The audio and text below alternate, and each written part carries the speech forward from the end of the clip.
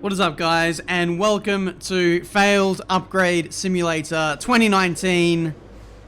Thank you, Carl, for under-delivering, as always. What happened with this game? Because we went from having Chris, the R&D guy, who would physically appear in front of us and tell us that the upgrades had failed or passed, to then just having Carl tell us voice-activated failures that would happen. And till now, to the point where we now don't even get anything. I'm really confused. Codemasters, bring back Chris. I need to know whether my upgrades failed or not, and whether I can shoot him when he's standing right in front of me. That would be nice. But anyway, here we are for, what episode are we? 25 of the Azerbaijan Grand Prix here in career mode. This is the episode where we get some performance changes with the patch, but just bear in mind the patch didn't kick in until I think qualifying, because I am good like that. I was actually recording when the update came out, so there you go. Welcome to qualifying in the Republic of Azerbaijan.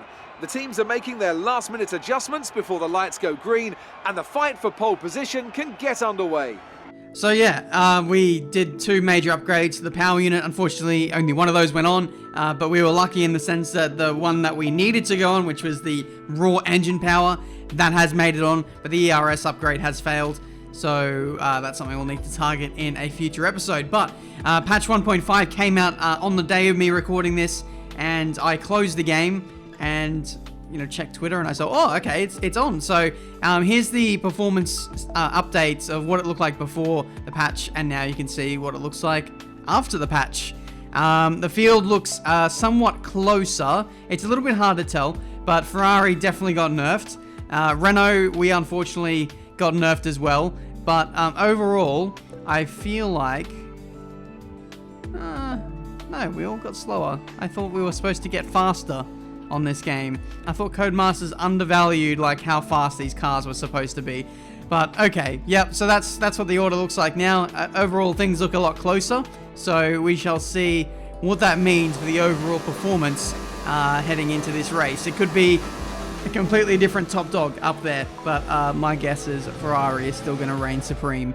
Right, with all that out of the way, let's stop focusing on everyone else, and let's think about ourselves for a change. Our car did get a major engine upgrade, and if you're going to bring a major overhaul for the engine, this is the place to do it, given how long this start-finish straight is. We also got a minor front downforce upgrade, so that'll certainly help our car and enable us to run lower downforce somewhat easier. So that's what we're doing this weekend. I think we're running the base setup that I got from time trial was like 2-4 wings. I gradually increased it. I think it's it went to 3-4, and now I think it's 4-4 at this stage, just to get the extra oomph through the corners. But we just make it through qualifying one. A little bit scary, given how close we were to getting knocked out, like literally only half a tenth. So that was a bit worrying, but we got through, and now we can move on with our race weekend. This is one which is hard to compete with the AI. This is one of their strongest circuits, to be honest. So to see that we're struggling with the major engine upgrade, can you imagine like where we'd be without this upgrade? Like, we'd be in a bad place, I'll tell you that much. The Q2, I went out on a set of mediums, set that bank of time, and now at the end of the session, we're on the softs, and we're absolutely flying versus our previous lap, up by 1.5 seconds. As we come up to the line, just making sure my engine isn't overheating. I am losing time to my Delta for some weird reason, but unfortunately, it's not enough to get us out of qualifying 2, and we will start the race from beyond the top 10. Ricardo squeezes through. He's 3/10 away. And me, to be honest, I'm not overly far away either. It's just this field is so darn close now that, if you're not completely on it, like I wasn't today, you're out of the 10. And can look like you're nowhere, but in reality, we're not a million miles away from the challenging pack, which is interesting. But we're going to have the free choice attire. I'm actually, rather happy about my prospects for this race, given that we can easily do the one-stop and make the preferred strategy work. So I think points are well and truly on the cards today. maybe even a podium. I don't know. We'll have to wait and see. Hopefully today can be the day that we get a safety car, but I'm not going to hold my breath. But anyway, it is time for the Azerbaijan Grand Prix, starting from P13 on the grid. Let's see what we can make of this race. We've got a mightily fast car in a straight line, so overtaking will not be a problem. It's just a case of hanging on in the corners and maxing down the straights, as Crofty would always say. Anyway, it's time. The Azerbaijan Grand Prix, let's do this and see if we can win. And a warm welcome to you from Azadlik Square, heart of Baku and home, of course, to the Azerbaijan Grand Prix. With high speeds, tight corners and few runoff zones, many are expecting a safety car here today, so our drivers will have to stay very much on their toes and hopefully away from the barriers. Now that we've got some points on the board, let's continue this form and aim for another top 10 finish. Alright, let's see if we can do that. Welcome guys to the Azerbaijan Grand Prix. This is the race where just about anything is possible, and I'm hoping today that a safety car is the thing that we can get. But yeah, we've gone for a very racy kind of setup. Overtaking is going to come very easily for us. Negotiating the middle sector of the Grand Prix, not so simple for us with our low downforce, but away we go for this race regardless. You can see the majority of the runners beyond the top 10 are all on the medium tyres, so we all have the same game plan here in this race. Raikkonen in P12, surprisingly, in the Williams. The Williams was like the third best car, but I must have missed it. Maybe it must have got a nerf somewhat, but it's still there or thereabouts in the order. But anyway, here we go in the slipstream of Nico Hulkenberg. We're going to force them to the inside, and we're going to go clean around the outside of not one, two, but three cars into, what, the turn 3 braking zone, I think. I think I've counted the corners right, but we find ourselves in P8, and I've got to say that is one of the moves of my entire career mode series. That was incredible. I love it when the AI are looking for a gap up the inside, because that just tempts me into going around the outside, being really late under brakes, and geez, I love it when I pull those ones off. It's quite amazing. Well, lap 2, we can see we're catching up to Bottas and Verstappen. Bottas got very, very close to hitting the wall. He was trying to be a gentleman and leaving Verstappen a bit of space. He's left me too much space, and he's actually touched the wall with his front left end plate. Simulation damage is on, of course, so I wonder if he's now got some damage because of that. His car was kind of blocking his front wing, so I couldn't really see if anything fell off, but regardless, it looks like Bottas is somewhat falling off the back of Verstappen here. You can see how much ground he's lost just on this lap alone, so perhaps there is some kind of issue for the Finn, and now we're going to see if we can fly past him on the straight.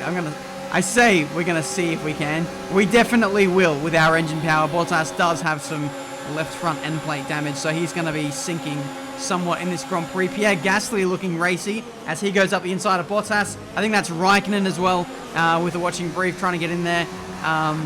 Yeah, I don't like being pinched on the inside of those 90-degree corners. They seem to lose a lot of momentum. But someone who's not is Max Verstappen as he goes clean around the outside of Ricciardo into turn 1. Ricciardo trying to hold it in there quite nicely. And I think that battle will continue for many laps to come. As they continue to squabble, it'll just enable me to catch up quite massively. Their tyres are now starting to go off somewhat. And so the balance of power is now shifting in my favor, and at this stage I'm really just kind of using that slipstream and saving somewhat battery.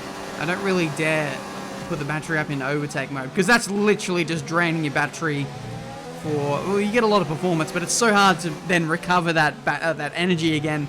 I feel like, yeah, if we're desperate, we might switch it up into overtake, but the straight is so long and it's just not viable to really use it. Maybe on the last lap, but we'll see. Kevin Magnussen is out of the Grand Prix. No one else is out, so it must be mechanical. No need to look at that, but we've got the leaders now coming in. Ricciardo is in, so Hamilton and Leclerc. No, Leclerc stayed out, but Vettel has boxed now for a set of hards and is going to the end of the Grand Prix. So the AI are also doing a one-stop, so this makes this race actually somewhat interesting. Leclerc ahead. The gap to the car ahead is 8.3 seconds. They're on old softs. Their tyres are 7 laps old. We think they've got one more stop. The time last lap was a 1 minute 42.8. Oh, just slightly faster than a Ferrari on that last lap. Had to wait 9 laps for his tyres to die, but we were faster. But yeah, this race is going to get very interesting now because they're all on the one stop. All the AI have boxed for hards and are going to the end. Leclerc is going to rejoin behind that small train of cars, unfortunately for him.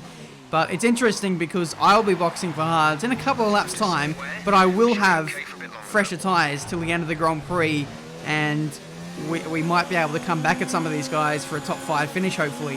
Vettel, our effective race leader, looking for a move up the inside, not into here. If you're going to overtake, I think that corner and probably the castle section are 2 corners you absolutely do not want to run side by side in, and Vettel has chosen to do it there. Okay, we're coming into the pits now, I think. No, we're not. We had an alternate strategy change from Jeff. He didn't want me to stop for the rest of this race. But Jeff needs to scrub up on the rules because you need to use 2 different compounds of tyre in order to not get disqualified. So Jeff, think of better strategies next time. But we're into the pit lane now, really attacking the lane there. I thought, let's just go for it into that little chicane. Because more often than not, I think I brake too much. And yeah, we carry the perfect amount of speed in there. And we should certainly make up some time in our teammate. Leclerc and Weber, all those people around us. Gasly is now up in a P5. Not sure how that's happened. The Alfa Romeo was actually really fast in the opening stages of qualifying, I believe. So, despite Alfa getting somewhat of a boost in performance, they seem to be right up there this weekend in the form of Gasly. So that is really nice to see a change up in the order. McLaren also got a boost in performance, but they don't seem to be anywhere near us in this race. They are like the slowest car in a straight line, so they're not obviously going to do too well at a power track like this one. We'll have to wait for Spain next time out to see what their true performance is like at a more natural race circuit. But anyway, we've got 7 laps to go in this race. We are closing in on our teammate and Pierre Gasly, but the thing is they're closing in on Lewis Hamilton and Charles Leclerc, which is very, very odd given the stranglehold that Ferrari has on this field. For whatever reason, they're just not really amazingly fast, which is interesting considering we were nowhere in qualifying. But anyway, Gasly gets in front of Ricciardo once again. 6 laps to go. Seems like these guys are slipstreaming each other and cooperating quite well in an effort to catch up to the podium runners again, side by side on the start-finish straight. And now we are within DRS range. So let's see if we can get past Gasly. Ricciardo, he's going a bit defensive, so we're going to have to go around the outside. Good job, nice overtake. Or contact made. That's not what you want to see. Have to check the front wing to make sure no damage was there. But Ricciardo looking very, very feisty at this stage of the Grand Prix, going defensive in 2 of the 2 corners we've gone through so far on this lap. He defends again to the inside. We're going to try and hold around the outside, but we all know how late Daniel likes to leave his braking, and he's able to hold on to the position. So yeah, it's a Renault 4-5 at the moment, trying to chase down the next group of cars. There's a yellow flag in the first sector. There was only a Ferrari up there, so I think that might be Sebastian Vettel. We'll have to confirm that in a moment, but if that is Vettel, one of the Renaults will be on the podium in this race. It is Sebastian Vettel. He is out of the Azerbaijan Grand Prix at a moment where Ferrari were just starting to reign supreme with their upgrades and have done so well to get themselves in this position. Vettel's chances in this race go up in smoke, and he is out of this race, leaving, I think... No, it's not Charles Leclerc leading, so it's Hamilton leading. So, a slice of fortune for the Mercedes driver. Leclerc is now going to move into second, and now it is going to be a 1v1 battle for the final podium spot in this Azerbaijan Grand Prix. We're now starting to lose touch with Gasly, so that is nice that we do have a bit of pace on him, but we can't afford to battle too much, as this might invite Gasly back into the fray. Careful.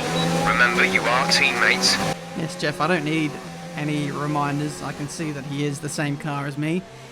But yeah, here we are, a legitimate fight with Ricciardo, and it's for a podium. I have been waiting for this moment. 3 laps to go in this race, and we're now starting to play a bit of games here in this race. You always want to be the car behind on the back straight. It's almost like a game of Mario Kart. Whoever gets rubber banded past the other car, and yeah, we're just testing the waters at this stage to see if we can get in front of him. Ricciardo is quite hard to outbrake, I will say that much. But here you can see this is a replay of us getting around Ricciardo there. But 2 laps to go. Not too sure if I want to be in front or behind. But at this stage, I've decided to be in front, and I'm going to see if I can break the toe to Ricciardo and maybe even get second place in this race, because Charles Leclerc is fading in this Grand Prix. Don't think he has damage, but I think it might just be tyre wear.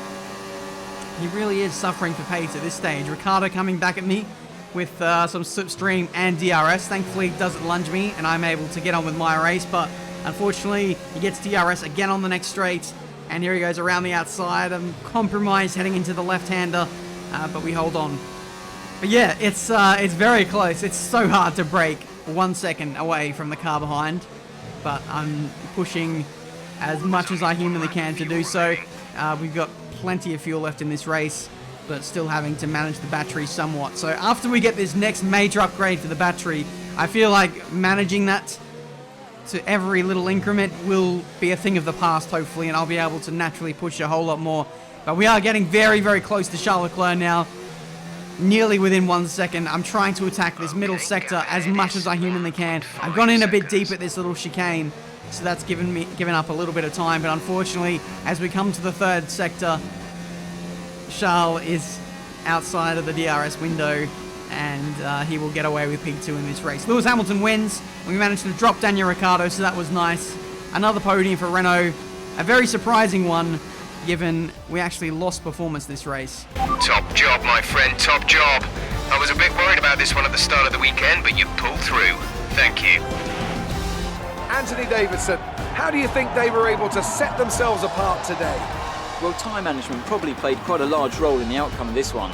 As ever, it's not just about speed, it's all about maintaining that speed consistently over a stint, over a race distance. So being able to keep up the lap times while still being smooth on the controls and gentle on the tyres, that's really where the race was won today. After an excellent performance at the Grand Prix, I'm sure there'll be plenty of celebrations tonight amongst the Mercedes team, and they certainly deserve it. So there we are then. Lewis wins the Grand Prix, and this is actually very interesting for the championship because coming into this race, Vettel and Hamilton were only separated by a handful of points, and now Hamilton gets the full complement of 25 and has a very large lead once again in this race. So I say in this championship race. So there we go, a very interesting Grand Prix. We were only 10 seconds away from the lead, despite somewhat getting a downgrade by Codemasters with the performance patch. And Ricciardo was right up there as well. So, you know, overall, this is our greatest team performance, and it's come at a race where I really wasn't expecting it, but the engine upgrade's certainly working. It means the car is more of a weapon in the race. It makes us harder to overtake, and as such, I feel like that's only going to help Ricciardo in getting some, you know, good results this season now. We're 3rd in the Constructors, which is a phenomenal start. Let's hopefully keep up the development, and maybe we can put some pressure on at the top 2. But I am really intrigued to see how this season is going to go development-wise. There is the potential for absolute craziness. If we see other teams doing what Ferrari did coming into last episode, then who knows? Bloody Toro Rosso could win this championship. I don't know, but I am really looking forward to that aspect. It is very, very close at the moment. We're still a long way off, you know, the lead of Lewis Hamilton, but we're chipping away. We're getting some good results, and if we keep this up, then who knows what's possible by season's end. But we still need to work on, you know, reliability of our car. We're just locking down the pace at the moment, and also our new contract. Okay, that proposal looks good. It seems all parties are happy with the deal, so it'll commence at the next race weekend. So new contract is locked down. Basically all of the perks. So we can upgrade as fast as we like. We can upgrade as many items as we like within a department. And yeah, we should find upgrading a little bit more seamless in this season of career mode. And in terms of upgrades going forward, I wanted to do the major drag reduction upgrade, but to be honest, I don't feel like that's probably the best path to go down to have a more balanced car. What I'm going to do is upgrade the brakes so that we can outbrake people a little bit nice. I feel like that aspect of the car is suffering somewhat. Like, I don't have as much confidence as what I did on the last game, for example. So that should certainly help us in, you know, being delicate. I don't know. Delicate with the left foot. Have a deft touch there. What else do we have? We could do major weight redistribution, but I don't feel like that's necessary at the moment. We're going to do weight reduction. And we're also going to target that major ERS upgrade so that we can push a lot more consistently in the races, and that'll certainly make us more of a threat again in the race to challenge the top teams. But there we go, guys. That has been this episode of Career Mode for today. If you enjoyed, make sure you leave a like, subscribe to the channel if you're new to see plenty more racing game content. Interesting is the word I would use after the performance update. We're the best aero car in the field. But most of that is drag reduction, which makes our aero look a whole lot more efficient. But anyway, that's been this race for today. Thank you so much for watching. Until the next one, guys, I'll see you next time.